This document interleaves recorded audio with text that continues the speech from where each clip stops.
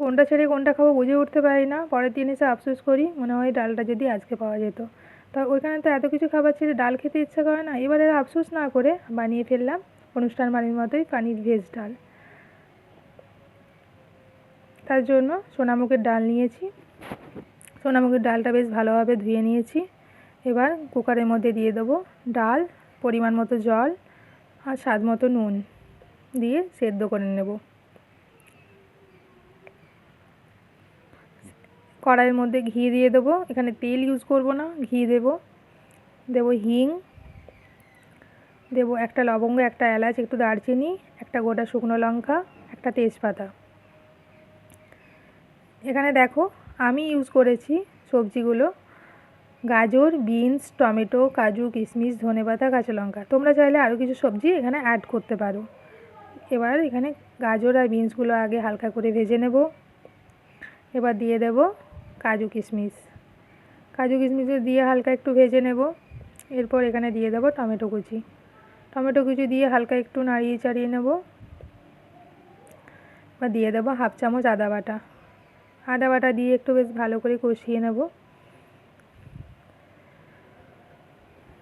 এবার দিয়ে দেবো এখানে ধনেপাতা কুচি। ধনেপাতা কুচি দিয়ে একটু নাড়িয়ে চাড়িয়ে নেব।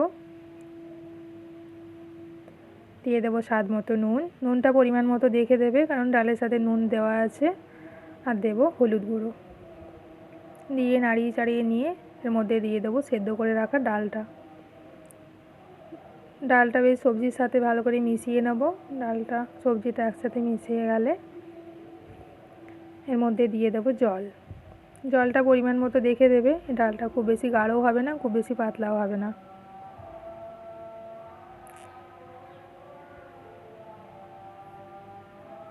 ডালটা ফুটে এলে এর মধ্যে দিয়ে দেবো স্বাদ মতো চিনি, চেরা কাঁচা লঙ্কা দিয়ে হালকা একটু ফুটিয়ে তা নামিয়ে রাখবো।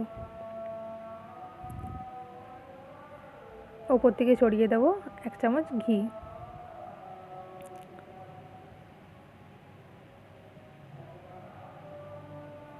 কড়াইয়ে তেল গরম করে নিয়েছি।